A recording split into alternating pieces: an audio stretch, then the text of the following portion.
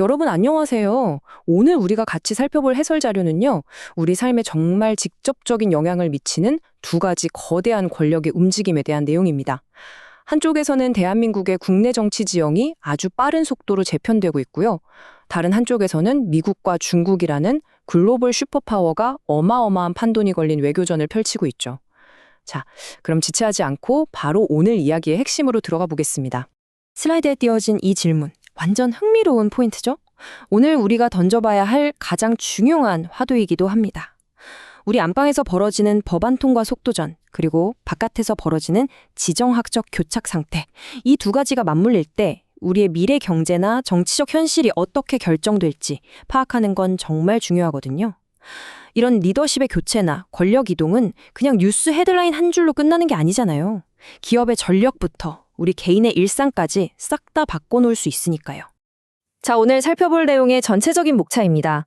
두 개의 거대한 권력 이동부터 시작해서 조정식 국회의전 후보 선출, 속도전이 예고된 후반기 국회 상황, 그리고 무대를 옮겨서 트럼프와 방중 기업인들, 미중 정상회담의 3대 변수, 마지막으로 요동치는 국내외 정세 요약까지 쭉쭉 이어서 핵심만 빠르게 짚어볼게요.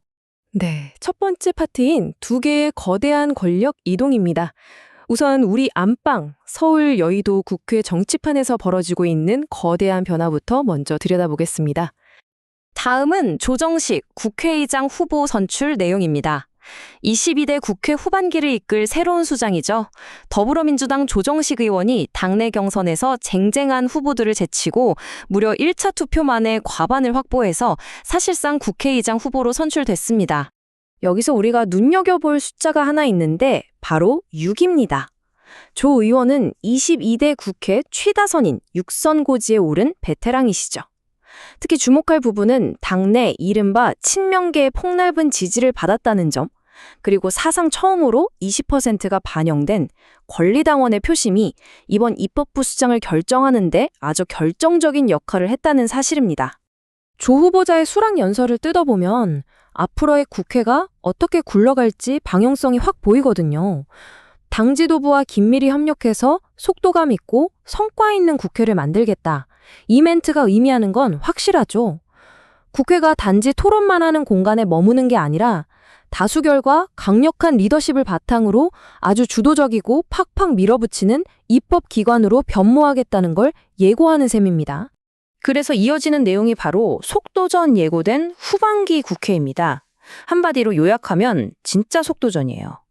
과거에 원 구성하는 데만 무려 54일씩 걸렸던 그런 뼈아픈 헌정 공백 상태, 이제 다시는 반복하지 않겠다는 아주 단호한 행보를 보여주고 있습니다. 자, 스케줄표 한번 보실까요? 그 의지가 얼마나 강력한지 목표를 보면 딱 알 수 있어요. 당장 6월 안에 원 구성을 싹 다 완료하고 12월까지 정부의 국정과제 입법을 무려 100% 처리하겠다는 엄청나게 공격적인 타임라인입니다. 만약 합의가 잘 안 되면 다수결로 위원장을 선출하는 강수까지 고려 중이라고 하네요. 근데 이게 일단 법안에만 해당되는 게 아니에요. 파급력이 어마어마한 헌법 개정 논의도 아예 테이블 위에 올라왔습니다. 대통령 4년 연임제라던가 감사원을 국회 산하로 이관하는 문제, 그리고 계엄 선포 시 48시간 내에 국회 승인을 의무화하는 방안까지 권력 구조를 근본적으로 개편하는 개헌특별위원회 구성도 즉각 추진될 예정입니다. 진짜 굵직굵직하죠. 물론 이런 강력한 드라이브에는 을의 강한 반작용이 따르기 마련이잖아요. 다수 의석을 가진 거대 여당은 특검법이나 각종 개정안을 신속하게 처리하려고 속도를 낼 겁니다. 반면 야당인 국민의힘은 일방적인 상임위 배정에 당연히 반발하면서 필리버스터를 포함해 쓸 수 있는 모든 수단을 동원해 제동을 걸 것으로 보입니다. 타협으로 갈지 아니면 정면 충돌할지 앞으로 몇 달간 여의도는 그야말로 뜨거운 정치적 용광로가 될 것 같네요. 네, 다음 파트는 트럼프와 방중 기업인들입니다. 자, 이제 우리 안방에서 시선을 밖으로 좀 돌려볼까요? 글로벌 경제와 지정학 판도를 뒤흔들고 있는 베이징으로 가보겠습니다. 이건 진짜 세계 외교 단판이거든요. 트럼프 대통령이 한 이 발언, 과연 어떤 의미가 숨어 있을까요? 트럼프 대통령은 지금 이 외교 무대를 철저하게 비즈니스 딜의 관점에서 접근하고 있다는 뜻입니다. 첨단 반도체 수출 규제 문제로 막 긴장감이 돌았던 엔비디아의 젠슨 황 CEO가 막판에 에어포스원에 딱 합류했다? 이 사실 하나만으로도 이번 회담이 단순한 정치인들의 만남이 아니라 거대한 자본주의적 힘을 과시하는 자리라는 걸 알 수 있죠. 같이 에어포스원에 타고 간 VAP 명단 한번 쭉 훑어보실까요? 엔비디아, 테슬라, 애플, 보잉, 블랙록. 와, 이 기업들 시가총액 다 합치면 어지간한 나라 GDP는 그냥 가볍게 뛰어넘어 버리잖아요. 미국은 지금 이 막강한 글로벌 자본의 수장들을 싹 다 대동하고 가서 중국한테 시장 개방과 투자를 압박하는 엄청난 스케일의 협상 테이블을 세팅한 겁니다. 다음은 미중 정상회담 3대 변수 파트입니다. 방금 보신 기업인들 라인업은 엄청나게 화려한데 그 뒷단에는 양국 정상이 무조건 넘어야만 하는 아주 위태로운 지정학적 고차방 정식 3가지가 숨어 있습니다. 양국의 복잡한 동상이몽을 좀 뜯어보면요. 트럼프 대통령은 당장 국내 정치를 위해서라도 눈에 빡 보이는 대미 투자 유치가 되게 절실해요. 반면에 시진핑 주석은 이걸 딱 지렛대로 삼아서 대만 문제에 대해 미국 입장을 독립반대로 확실하게 명문화하도록 끌어내려고 할 겁니다. 게다가 여기에 이란 문제까지 복잡하게 얽혀 있으니까 그야말로 한 발 한 발이 살얼음판인 협상인 거죠. 근데 여기서 진짜 흥미로운 게 동맹국들의 움직임이에요. 미국과 중국의 이 빅딜을 제일 초조하게 지켜보는 곳 중 하나가 바로 일본이거든요. 스콧 베센트 미국 재무장관이 베이징으로 넘어가기 전에 일본에 먼저 들러서 주요 강요들을 싹 다 만났습니다.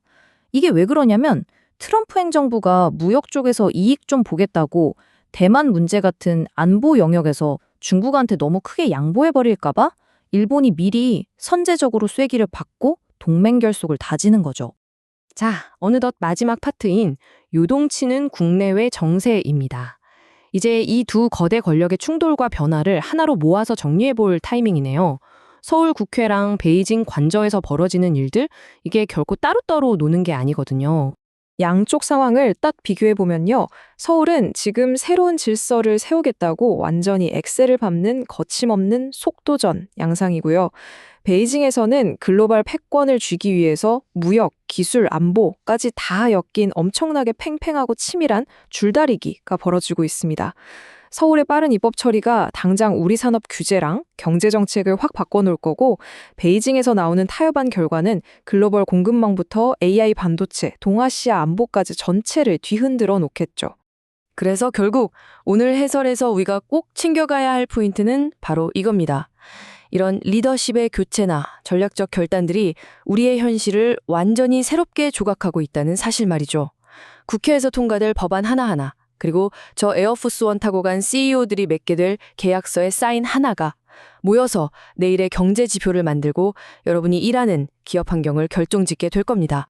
자, 마지막으로 여러분께 화면에 이 질문을 던지면서 오늘 분석을 마무리해볼까 합니다. 새롭게 재편되면서 엑셀을 밟고 있는 서울의 입법 환경, 그리고 베이징에서 새로 쓰여지는 글로벌 무역과 기술 패권의 질서, 이 거시적이고 미시적인 힘의 충돌 속에서 여러분이 계신 산업이나 일상에는 과연 어떤 구체적인 변화가 찾아올까요?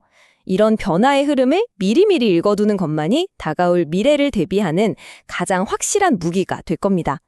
오늘 준비한 해설이 여러분의 통찰력에 조금이나마 도움이 되었기를 바랍니다. 끝까지 함께해 주셔서 감사합니다.